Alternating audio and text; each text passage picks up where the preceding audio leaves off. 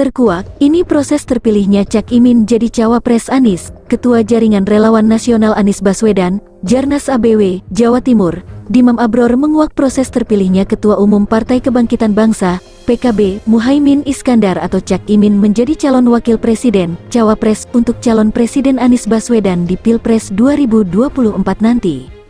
Menurut dia, keputusan untuk memilih Cak Imin bukan muncul tiba-tiba, tetapi sudah melalui serangkaian pembahasan intensif melibatkan para kiai senior.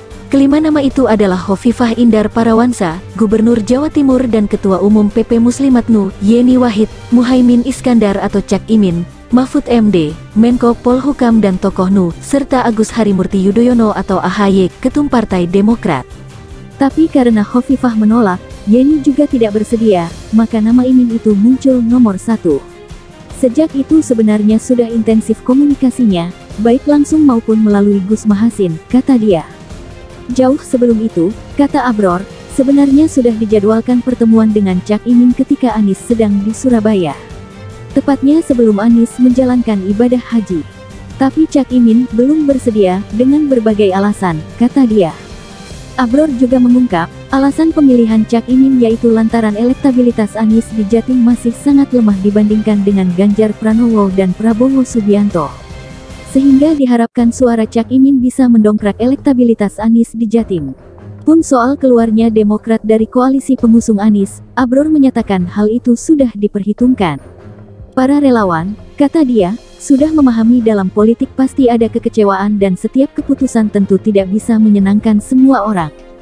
Memilih AHY pun belum tentu menyenangkan semua orang. Saya kira ini risiko dalam politik, kata dia. Lebih lanjut, Abror menyatakan para relawan tetap tegak lurus kepada Anies Baswedan, sebagaimana semboyannya relawan Anies Baswedan Jawa Timur, tali duk tali layangan, pilihane sitok, Anies Baswedan, tegas Abror.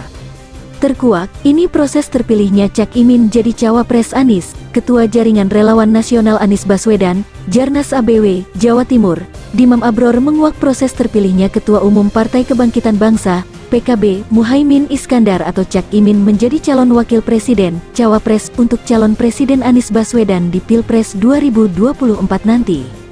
Menurut dia, keputusan untuk memilih Cak Imin bukan muncul tiba-tiba, tetapi sudah melalui serangkaian pembahasan intensif melibatkan para kiai senior. Kelima nama itu adalah Hovifah Indar Parawansa, Gubernur Jawa Timur dan Ketua Umum PP Muslimat NU, Yeni Wahid, Muhaimin Iskandar atau Cak Imin, Mahfud MD, Menko Polhukam dan tokoh NU, serta Agus Harimurti Yudhoyono atau AHY, Ketum Partai Demokrat.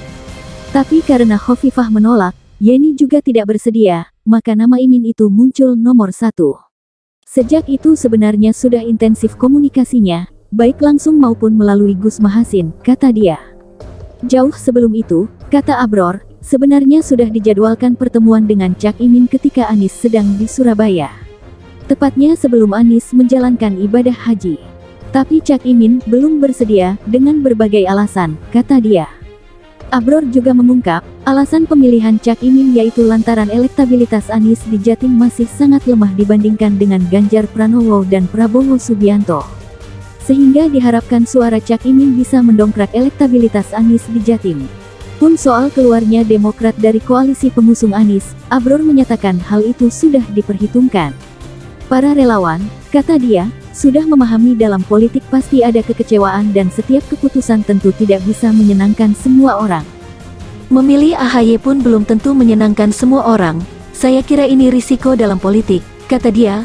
Lebih lanjut, Abror menyatakan para relawan tetap tegak lurus kepada Anies Baswedan, sebagaimana semboyannya relawan Anies Baswedan Jawa Timur, tali duk tali layangan, pilihane sitok, Anies Baswedan, tegas Abror.